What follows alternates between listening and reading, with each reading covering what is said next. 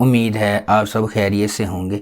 اگر آپ نے ابھی تک ہمارا چینل سبسکرائب نہیں کیا تو اسے ابھی سبسکرائب کر لیں اور بیل آئیکن کو دبانا بالکل بھی مت بھولیں۔ آپ کا بہت بہت شکریہ۔ نمبر 8، ثاقلہ بینی۔ متمول اور با اثر گھرانوں میں پیدا ہونے والے میتے اور ناز اپنے بچپن میں کیے گئے وعدے کے پابند ہیں۔ یہ وعدہ ایک المناک واقعے سے ہوا ہے جہاں ناز کی بے گناہی پر سمجھوتا کیا گیا۔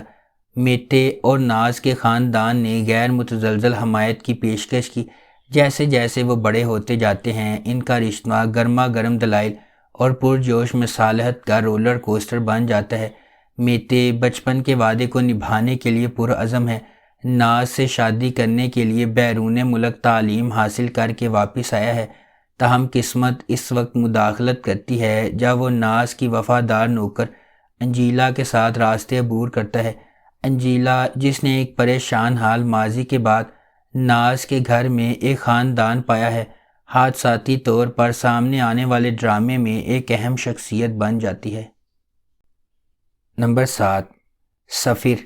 سیریز کا مرکز گل سوئے خاندان پر ہے جو کیپاڈوشیا کے سب سے نمایاں خاندانوں میں سے ایک ہے، جن کی انتہائی قابل احترام زندگی ایک غیر متوقع سانحے کے بعد تباہ ہو جاتی ہے۔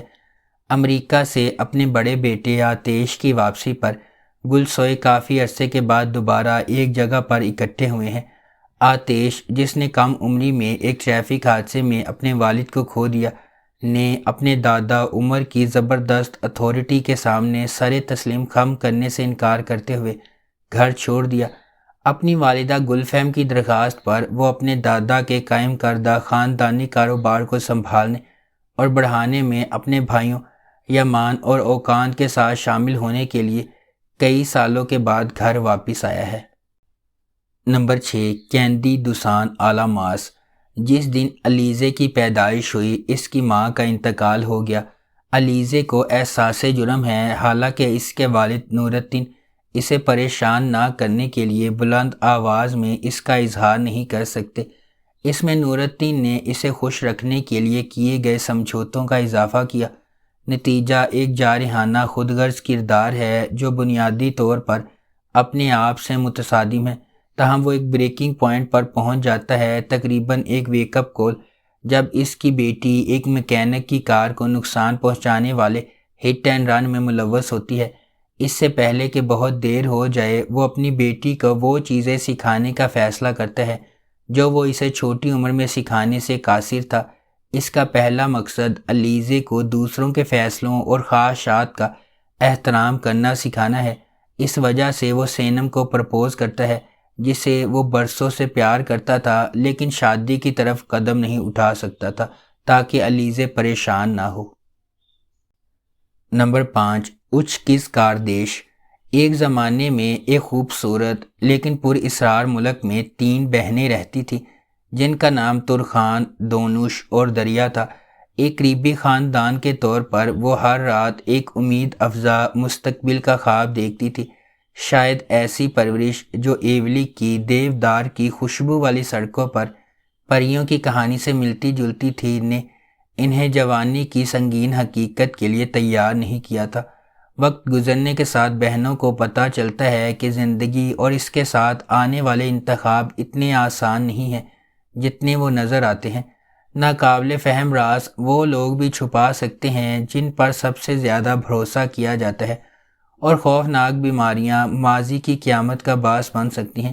یہ انہیں اس سوال کی طرف لے جاتا ہے، کیا دنیا میں کوئی ایسی چیز ہے جسے وقت ٹھیک نہیں کر سکتا؟ نمبر 4، عمر آدم اولو ایک نوجوان ہے جو استنبول کے قدیم ترین محلوں میں سے ایک میں اپنے والد ریست اور دادی نزہت کے ساتھ رہتا ہے۔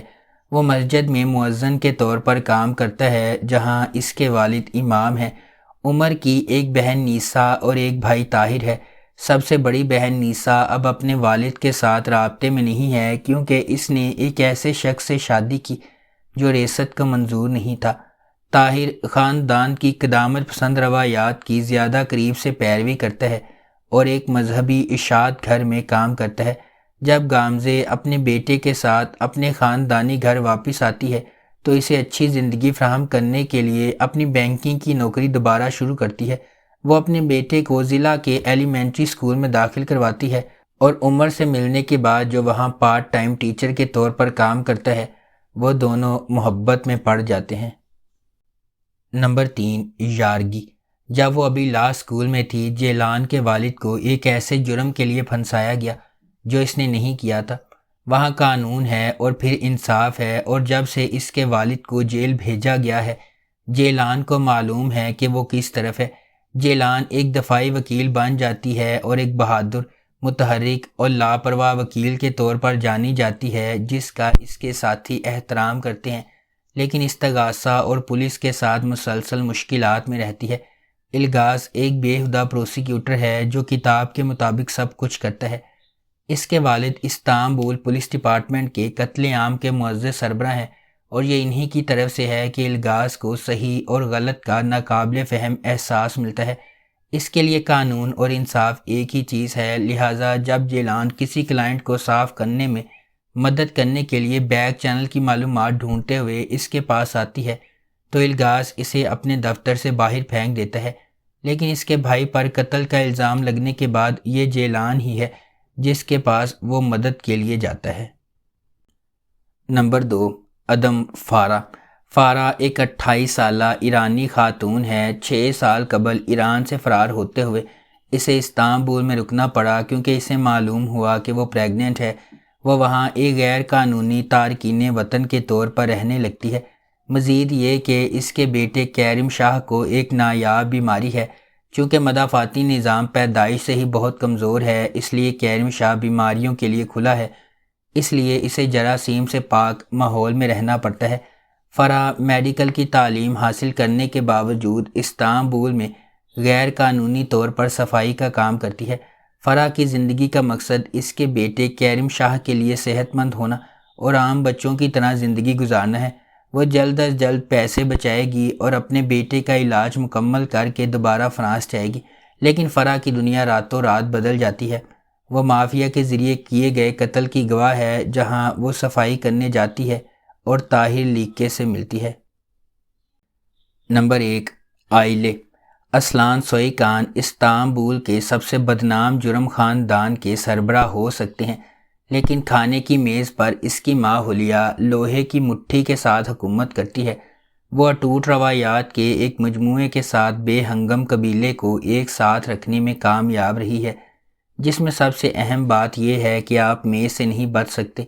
یہ سب کچھ دھواں میں اڑ جاتا ہے جب اسلان ایک ایسی عورت کی خاطر خاندانی رات کے کھانے میں خلل ڈالتا ہے جس سے اس کی ابھی ملاقات ہوئی تھی۔